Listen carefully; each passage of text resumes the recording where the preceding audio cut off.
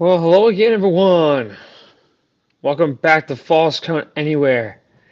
Here on the Rhode Island Broadcasting Network. Erik Dunn here, back at home in Bridgewater, Massachusetts. Yeah, this is going to be pretty tough for me to get through this show, simply just because of the fact that a couple of some bad news has transpired over the last couple of days that has some concern that's surrounding the Royal Rumble. Um, But as I'll tease for you right now, next week's broadcast will be the preview of the Royal Rumble, which is in 10 days from now, live on Peacock. I'll have the full card in front of me, everything that you need to know from me. I'll have it all right here for you on next Wednesday's broadcast. But for this week, I'm giving you guys just the usual SmackDown updates, Raw updates. Um, and I'll also give you a little bit of a concerning update regarding the current World Heavyweight Champion Seth Rollins. And what I'm going to do with that is that's going to be the last thing I give you because I want to give you guys a little bit of a mm, maybe like a little bit of a background for you. And what I mean by the background is basically regarding Seth, his injury history, as well as what happened to him the last time he was supposed to main event WrestleMania and he didn't. There's some questions about this right now, and I'll dive into all that for you guys throughout our time together. So with that being said, I'd like to inform all of you at this time that this broadcast of False Count Anywhere is the exclusive property of Erik Dunn Productions and Rhode Island Broadcasting for the private use of our audience, and any publication, reuses, or redistributions by anyone is not prohibited and is given the express consent to be shared and is greatly appreciated. So, before I go any further, for any of you guys out there that is looking to reach out to us, we're available on Facebook and on our Instagrams as well at Rhode Island Broadcasting. We're available on X2 at RI Broadcasting, Twitch down below at RI Broadcasting as well. Buy Me a Coffee is something that we've actually been adding for about a couple months now at RI Broadcasting. And like I said, False Count Anywhere, FCA live every Wednesday night at 5. Right here on YouTube, X, Twitch, and on Facebook, as well as Red Circle, Amazon, Google, Spotify, TuneIn, and Podbean podcasts, as you can see down on the screen below. But the hardest thing that is tough for WWE is how do you make changes on the fly? And it's kind of like, how do you make like a last minute adjustment? How do you pivot, as in go back 10 yards and punt and try to find a connection to kind of like help you out there? It's tough. Like, I'm not going to lie to you. It's hard at times when you don't really know what to do. And you know what? Screw it. Even though I said I was going to say Seth last, I'm just going to do it now because by the time I'm done talking about him, it'll take us to our commercial break. So, this is the portion of the program this evening where it's actually a little bit saddening for me to talk about this. There was a point where I wouldn't care, but now this is a point where I actually do care. So, I want you guys to think back for a second. I want you guys to try to think back to 2015 when Seth was the WWE World Heavyweight Champion and on a overseas tour. The first night of the tour, I believe they were in Dublin, Ireland, doing a house show. and he was wrestling the Big Red Machine Kane in a street fight. And when he went to sunset flip over him, if I can think of when the date was, I think it was I think it was November 14th, 2015. If that is accurate, I think it is. Um, he landed on the instep of his right foot, and in the process, tore his ACL, his MCL, and his meniscus. He was gone for approximately almost 6.5 months. He did not return until Extreme Rules that May. Um, the problem was, if everything held on track, I think he was going to main event WrestleMania that year. You remember the WrestleMania that we had, WrestleMania 32, that was in Dallas at AT&T Stadium, 100,000 people. I think that was going to be Rollins' main event. Um, but then because of his injury, they had to vacate it and go from there. The hardest thing I've taught you guys about regarding Seth is you fast forward to now. Seth's had a bad back for almost 5 years, and I don't know what for whatever reason he has decided to keep pushing off the surgery. That I honestly don't get. You know what I mean? That I can't grasp. I can't understand why Rollins would want to do that. Um, but here's what I do know regarding Rollins about that.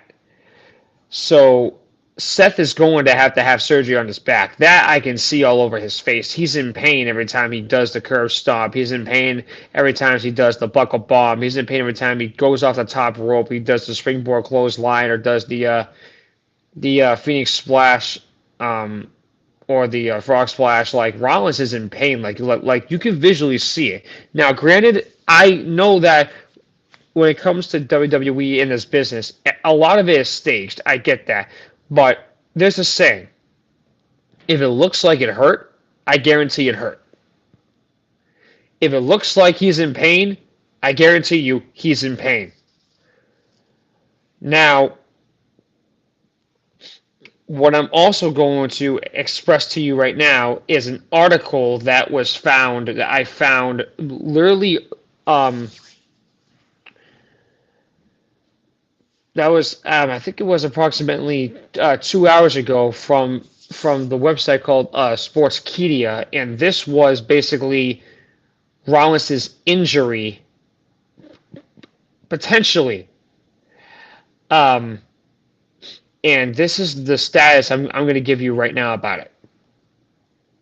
So basically, from the Raw preview from Monday night, the main event was Seth facing Jinder Mahal, and he was defending the World Heavyweight title. But he suffered a legitimate injury in the process. Following the match, the Visionary was witnessed walking with a limp. And even though Rollins had to be helped backstage, after a while, he did manage to put weight on his left leg and walk on his own. He was scheduled for an MRI, but it's well established that if his recovery time is 3 months or more, it will spell disaster for WWE's plans and Rollins' current wave of success. He was described as looking worried following his match against Mahal. He wasn't too pessimistic about the severity of his injury, but was upset over the situation while trying to keep his best for a positive attitude. So Rollins' left leg injury as of right now during the main event is under evaluation. While he's undergoing an MRI, the severity remains uncertain. The injury could range from minor to more serious, and the definitive look will be revealed once more information has been given based on his MRI results. But here's what the ending of this article says. WWE will look to investigate his injury more this week, following which fans will whether or not know if the Visionary will have to vacate the World Heavyweight title. We're going to find out from Raw on Monday night if Rollins is going to be vacating and relinquishing the World Heavyweight Championship, which will also mean that the potential plan of him finally main eventing WrestleMania is going to be dashed again. This one he deserved a lot more than the one from 2015 in my eyes. The one from 2015, he did not deserve to main event WrestleMania. This one he does because of how much more he's done, the work he's put in.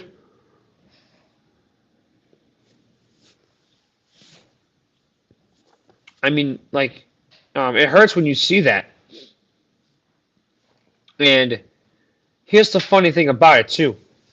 At the WrestleMania 5 years ago, he was supposed to be one of the main events for WrestleMania, but the WrestleMania main event of that one was the women's triple threat match for unifying the Raw and SmackDown women's title. And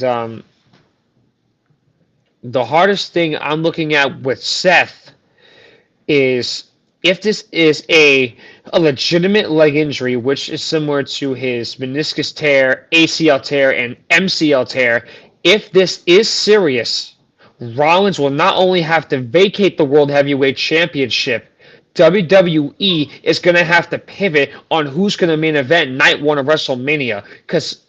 Because when I was looking at this, I literally was thinking to myself, if Reigns is going to main event night 2 of WrestleMania, because he'll be defending the undisputed WWE Championship, who's going to main event night 1? Seth Rollins for the World Heavyweight Championship.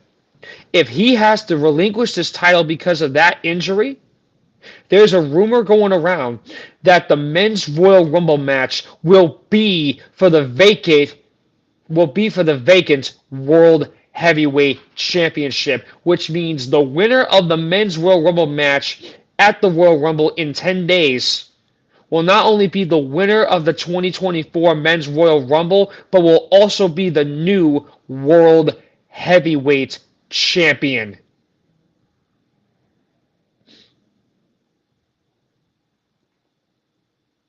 Believe me when I tell you,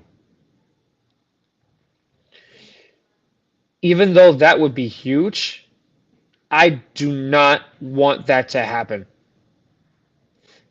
I am honestly hoping right now that Rollins' injury was just a little bit of a tweak. That maybe he twisted maybe it got twisted the wrong way, he fell on it the wrong way, landed on it the wrong way. But if it is an ACL, meniscus, and MCL tear, he's going to be gone for more than 3 months.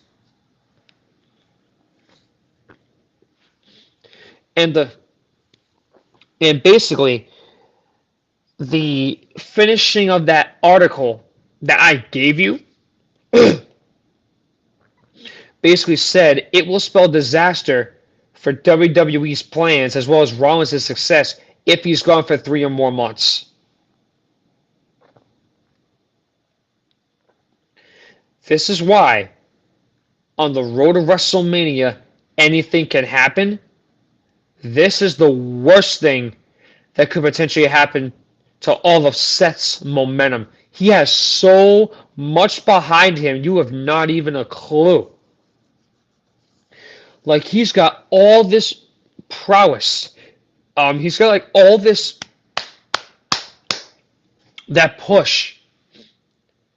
The hardest thing for Raw Monday night, I will be watching with Rollins, is going to be if he is going to be back on the operating table.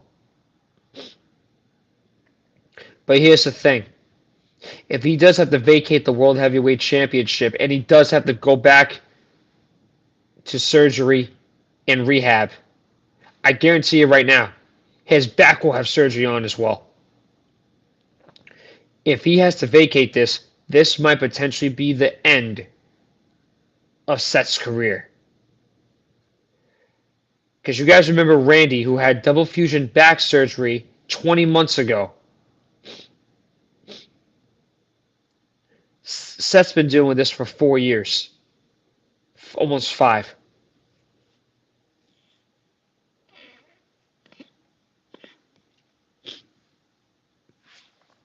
It's going to be a cold day in hell if that happens, guys.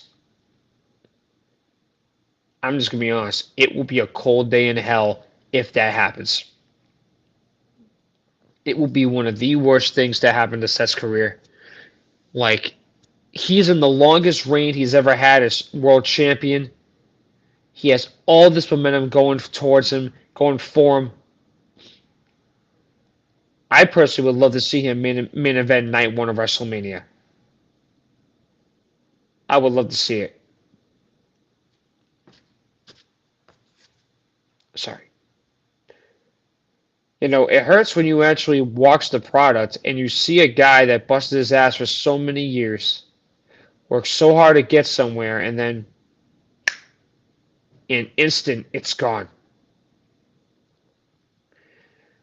That's when people look at me and they say, you know, wrestling, that business isn't tough. Really? There is such a thing as sacrifice. Rollins may literally have to sacrifice his WrestleMania main eventing dream if he has to relinquish this title. But however, if he doesn't relinquish his title, he's actually stated, well, not him, but it's actually been announced that Rollins is actually not scheduled to compete at the Rumble. But it leaves WrestleMania with a lot of questions. So for next week's broadcast, on top of the Royal Rumble preview, I'll do for you guys as well as my predictions of the entire card. I'll also give you the results of Raw on Monday night regarding Seth, because I guarantee you by then we will know the future of Rollins' injury and what his future is.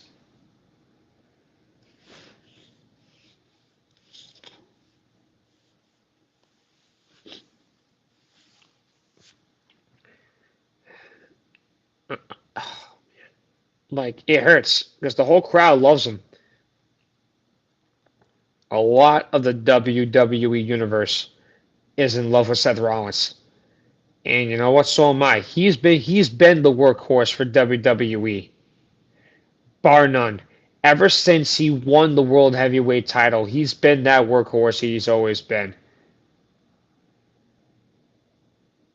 It's just going to hurt if he has to relinquish the World Heavyweight title. All that hard work, down the drain, gone just like that. I mean, that's just not fair. But that's just the way that wrestling is. Wrestling's not fair. Wrestling is a cutthroat, ruthless business. That's just the way it is. And, you know, I think that for Seth, he needs to hope that he doesn't have to go on the operating table again and have to relinquish this title. I think this is as close as he will ever get again to main eventing WrestleMania. If he has to lose his title, I don't even know if he'll even be able to even do it again. But on the same token, we will find out. Next week, I'll give you guys the updates. And, you know, we will go from there. And hopefully for Seth, there's good news out of this. Because Lord knows that he needs it. So with that being said, we need to take our break. And when we come back, the SmackDown results as well as the rest of the Raw results. I'll give you guys the headspace of where my head's at with it, and as we get ready to prepare for the Royal Rumble, where things are going to lie in place. And this will all be broken down after a word from our Rhode Island broadcasting station. You're watching False Count Anywhere here on the Rhode Island Broadcasting Network. Erik Dunn here, and I will be right back.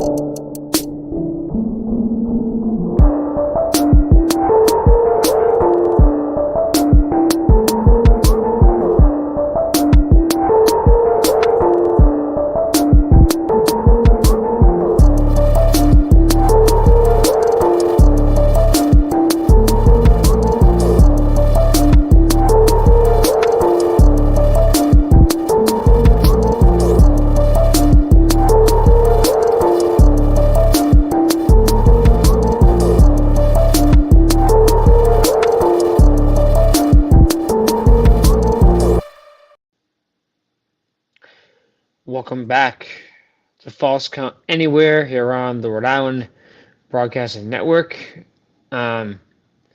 Yeah, that was a lot I gave you guys regarding Seth. And believe me when I tell you that regarding Rollins, um, I'm hoping for the best with Seth. I really am. But that'll be till next week. Now let's get, before I get to the SmackDown results, let me finish up the rest of Raw. So, as I mentioned, Seth and Jinder was the main event, going from the beginning. The Scar psychopath, Drew McIntyre, he interrupted the American Nightmare, Cody Rhodes, and here's where the whole thing with that segment on Raw to open up the show, here's why it was actually pretty relevant. McIntyre's last match in WWE before he was fired and released was against Cody, and it got pretty heated, got pretty feisty if you ask me, but I can see that these two are going to have a pretty good rivalry going forward, and I think these two are going to lock horns in the Rumble match at the Rumble. Um, and then DIY defeated Judgment Day, which is great. Um,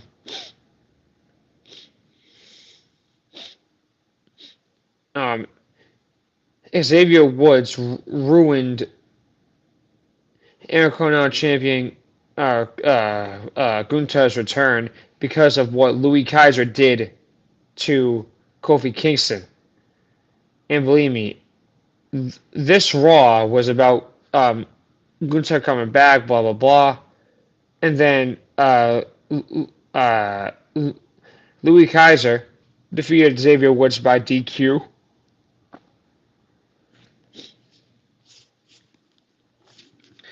And what happened was Woods' penchant for retribution cost him. But however, as he used the same chair that Kaiser used to take out Kofi, he threw it at him, being disqualified.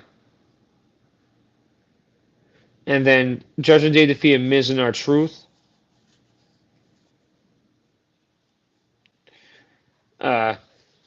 Shayna Baszler and Zoe Stark defeated Tegan Nox and Natalya. And then, of course, the main event of Rollins and Mahal.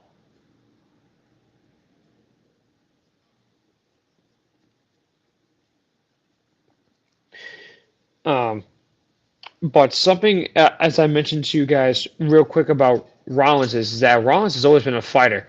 He has always been gritty. He's toughed it out. He's not afraid to work hurt. I mean, there's two different types of athletes. An average athlete will play till it hurts. A good athlete will play through pain. Rollins is a great athlete. Uh, and now for the SmackDown results. So the Bloodline attacked Cameron Grimes, who was called up from NXT a while back, and hijacked SmackDown. Led by Heyman, Solo, and Jimmy, um, they unleashed a brutal assault on Cameron Grimes, forcing his manager Grayson Waller to be called off. Heyman demanded that all this changes. Nick Aldis, the general manager of SmackDown, would change Razor's match at the Rumble. But however, instead, Aldis forced the Bloodline to compete in the main event. Bianca Belair, she defeated Bayley. No surprise seeing that there, which was nice. Um, Carmelo Hayes, Austin Theory ended in a no contest. That was because of a laceration on both their heads, which was scary. So what happened was that the referee threw up the X sign, and that came from Hayes doing a reverse uh, um, middle rope leg drop and then a apron DDT. But it was from the middle rope that caused the referees to stop the match because they both landed right on the side of their heads. And then Orton, LA Knight, and Styles against Uso and Solo in a handicap match. With Roman Reigns unavailable and no one willing to team up with the Bloodline, it was 3-on-2. The Bloodline managed to incapacitate Orton to make it a regular tag team match, but the Viper made his triumphant return and pinned Uso to earn the victory.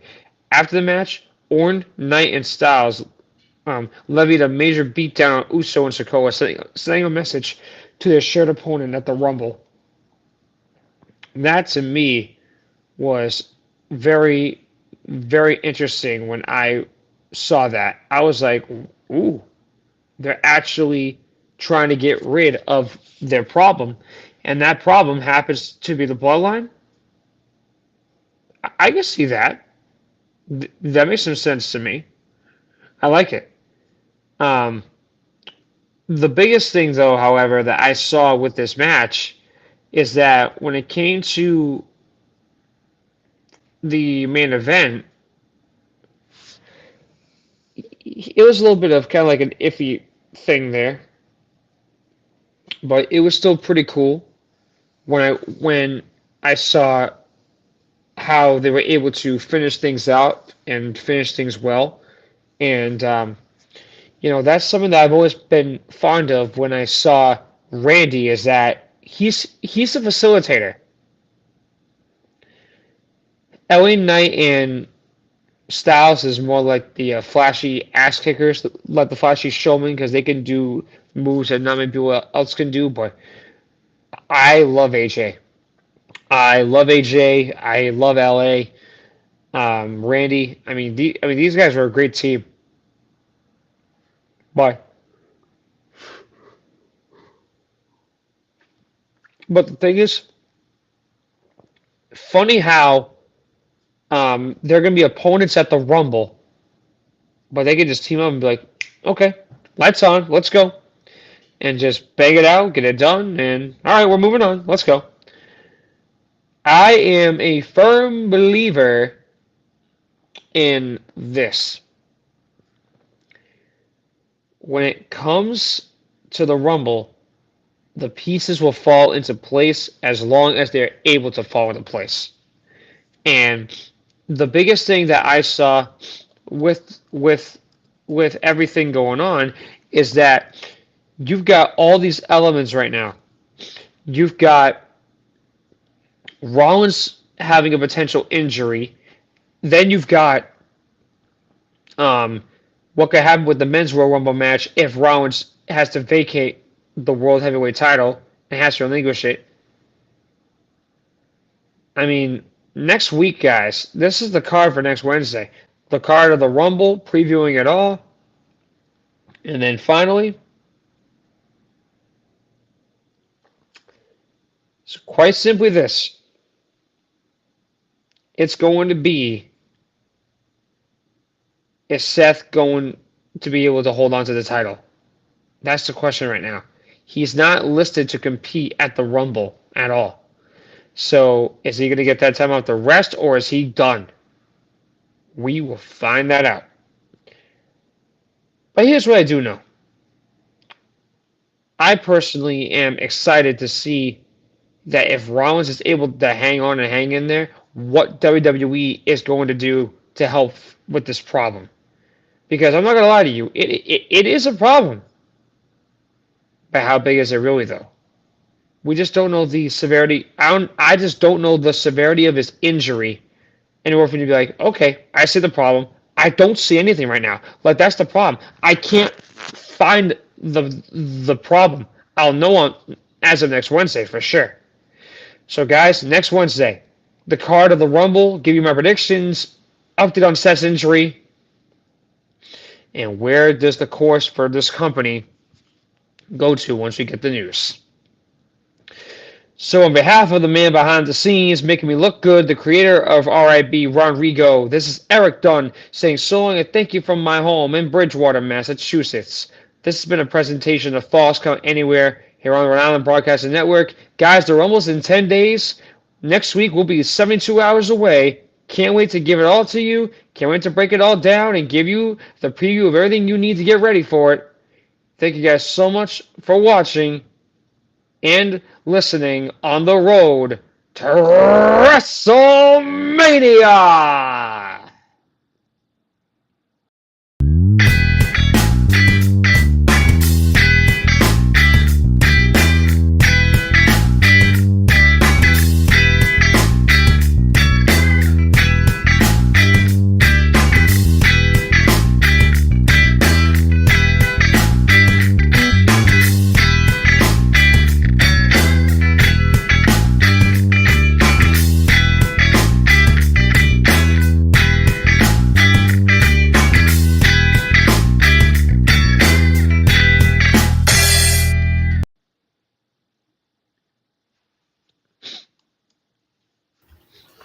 Alrighty. Share. So, hey, give me some credit. I think there was only 3 yawns today. Oh, I could do the yawn count. Oh, yeah. See, you just gave me another idea, see? Maybe I just shot myself. Mm-hmm. Like I do with the Christmas cards lost for Sports Unfolded, I'm going to do the yawn count. That's fair. We can do that for the entire year, see how many you get. So I have to go back and watch and see how many there were so far.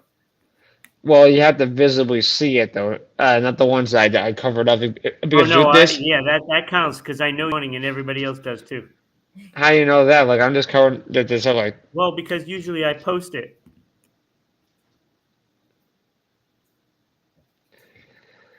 Oh, this sucks. All right. Well, next week, right? Let's see if we can get that cat to at least 70 now. I'm confident that for this week I gave the right teaser, and hopefully that'll happen. Yep. All right. All right, brother. I will. So next week, brother. Thank you. All right. See ya.